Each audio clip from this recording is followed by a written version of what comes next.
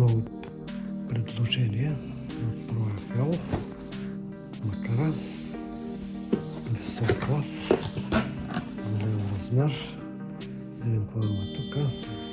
Апарат с текстилен период.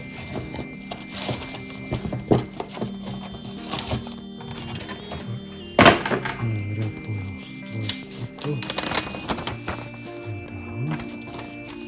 Добре. Кълба текстилни. Добро качество. И сега да видим самата макара. Какво са ни изпратили тук? Измачва шпула. Ланкастъл. Конусна. За добро източване. Скоро ми изглежда добре като. Обаче това е карпова макара. Аркаст.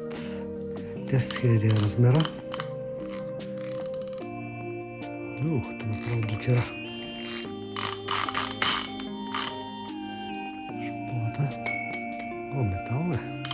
Изглежда много лека, но е метална шпулата.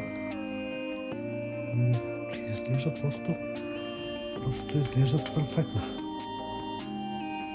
Видите, много добре работи. Много лекичка. Бигела се обръща добре. Само с леко докосване. Има и четки, за да не влиза влакното под шпулата. Ето. Значи влакното не може да проникне за шпулата да се оплете. Изглежда като да е помислено за всичко.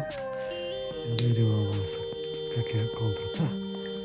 С супер стопе, което е добре.